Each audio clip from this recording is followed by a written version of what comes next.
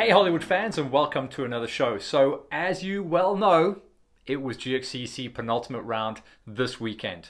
But the previous weekend was all about the national championship. So while we get ourselves ready to do the penultimate edit, Live X boys are bleeding at the moment, but they say they've got some cracking footage coming out of the Middelburg event. And I know they would as well, because they know the area so well. They'll be out there finding all the best spots. So you'll have seen them out there on the weekend. That's going to be an edit for the next week. Next week's show is going to be all about the GXCCs from Middelburg, the dirt tracks facility.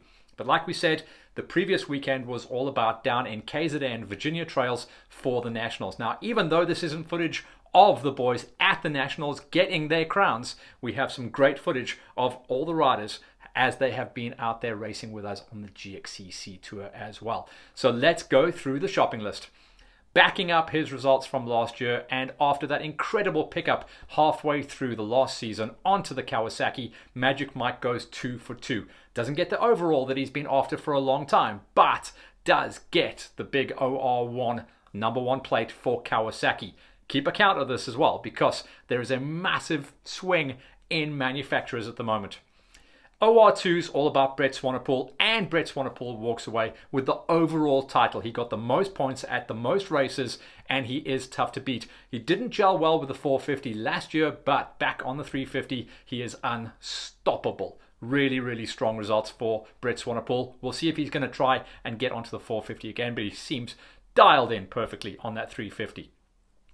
In the OR3s, making it the third manufacturer so far on the shopping list, do keep account, is KTM. So riding out of the factory KTM squad since he got the pickup, and good shopping on KTM's part because Matty Wilson takes his first big national title.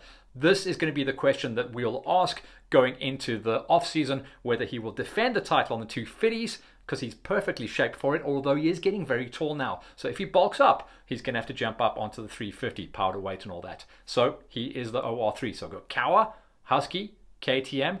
Now we start going into the high school category. And even though it isn't actually a Kawasaki, it's branded Kawasaki, and it's the 125 of Björn Wenzel. So Wenzel, as we know, used to be a 250 4-stroke racer.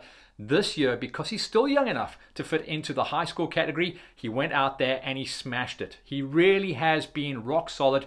Halfway through the season, he was biting his fingernails, but he hung on to it, got a great result at the final event, and walks away with a first ever national title. So I think we're going to see Björn moving up into the 250s. He's going to age out of that one, unfortunately. But that's great. That's the second title coming in for Kawasaki, both riding out of Franchise Co. underneath Harry Chrobler's big pickup. Then another one of the teams coming out of Kawasaki. They were the first guys to jump onto green last year, and that is Pepsi Plastics on the factory-supported Kawasaki squad. And it is King Kenny Gilbert, the only rider on the national tour who went clean sheet. He won every single race. The guy that pushed him closest was Kochi come the end, but it was King Kenny that once again walked away with it in his comeback season as well. So he'll be pumped on that. And then on to the Masters. And this was a bit of a come from behind ride. Last year, coming back into the fray, getting picked up by Alfie Cox KTM and starting to look good is Karel Melis-Leroux. Maybe wasn't a consideration for the championship if Farmer and Greg Nern had held it all together, but this time around, it's Melis, and it's great to see him come back into the championship and nail down a big number 1 plate. On to the juniors as well, because the juniors do race on the national tour as well, and it's cool because then they get to go out, not on the same track, but obviously at the same venue, and they pit with the big dogs in the pits. On the 85s, it's Clarkie. Brandon Clark has been an absolute superstar this year, and obviously we know he's jumping up to 125s next year, so he's out there to try and clean house. He wants to wrap up the club, the regional and the national titles. He's already got the national one in the bag, so he just needs to wrap up at the GXCCs and see what he can do about getting a clean score sheet like Kenny G. He has taken a couple of beatings, but when he's been good, he's been absolutely unstoppable. And then in the 65s, riding out of Ruban Racing, Werner Kleinams.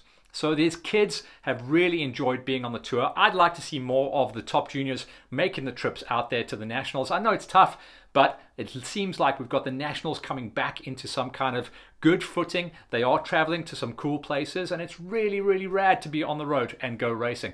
So that's our national champions there, wrapped up in a bow. High five to all you dudes out there. High five to all the guys that have been running the Trademoor Group National Series. And now we get ourselves ready for the next 2 weeks, like we said. This weekend was the GXCCs. We're in edit for that. That's going to be on next week's show. And then, hold your breath. Final round, double points round of Farm Jam. Stay tuned, guys.